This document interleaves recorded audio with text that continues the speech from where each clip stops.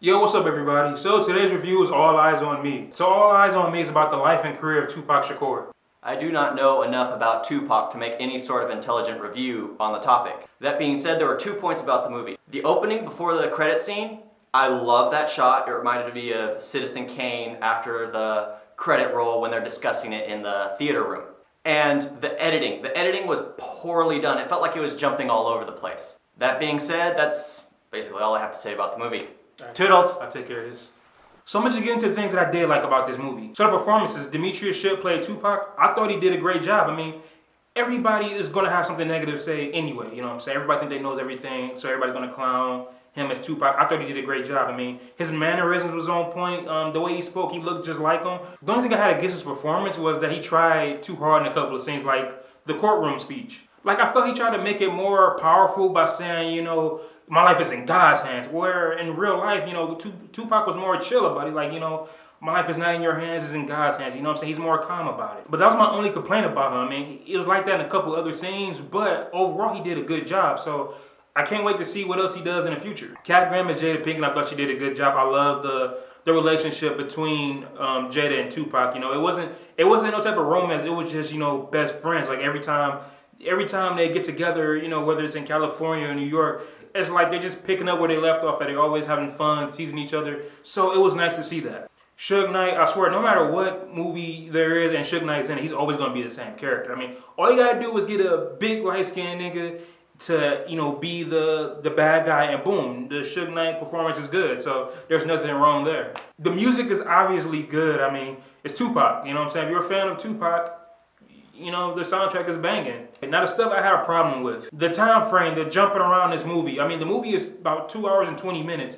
And 15 minutes into the movie, he's already Tupac the rapper dropping his first album and shit. I'm like, damn. It's like, you know, the movie starts with, you know, 1971. Next thing you know was 1974. Next thing you know was 78. And now he's in Baltimore and shit. It's like, yo, it's going all over the place that fast. It's like, yo, if none of this right here is important, you know, don't really bring it up. You know what I'm saying? It's like, we don't really need to see that if it's not that important. The recreation of a lot of his album covers were poorly done. I mean, all you have to do is just get a, you know what I'm saying, get a green screen or something and just retake the picture. I mean, the album cover for Strictly For My Niggas, it's clear that all they did was Photoshop his face and then try to, you know, show it to us for a second like we didn't notice.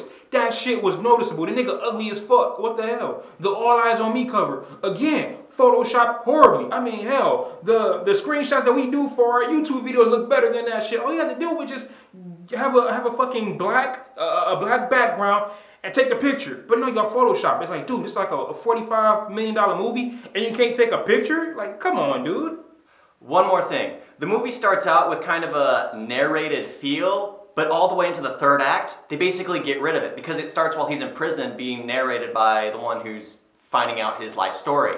And then all of a sudden it jumps after that in the third act and it completely throws you because it gets rid of that entirely. What was with Snoop Dogg? It's like all they did was just get a nigga from the hood and throw a big afro on top of him. I mean, the nigga had a bell pepper nose. Like, he didn't look shit like Snoop Dogg. He sounded like him, I'm gonna give him that. But it's like, yeah, y'all could have easily done better than that. And for a movie that's mainly about Tupac, you really don't get all of his life story. I mean, he is an activist. I mean, you can watch a lot of his stuff on YouTube. I'm not talking about music videos. I'm talking about interviews and speeches he do. And it's like, you can really tell that he cares about his people. He cares about everything. You know what I'm saying? Getting people together, all that shit. I did not get that here. It's like, you will have a woman talking about oh, his music is obscene. He always calling women bitches. Oh, I love the women.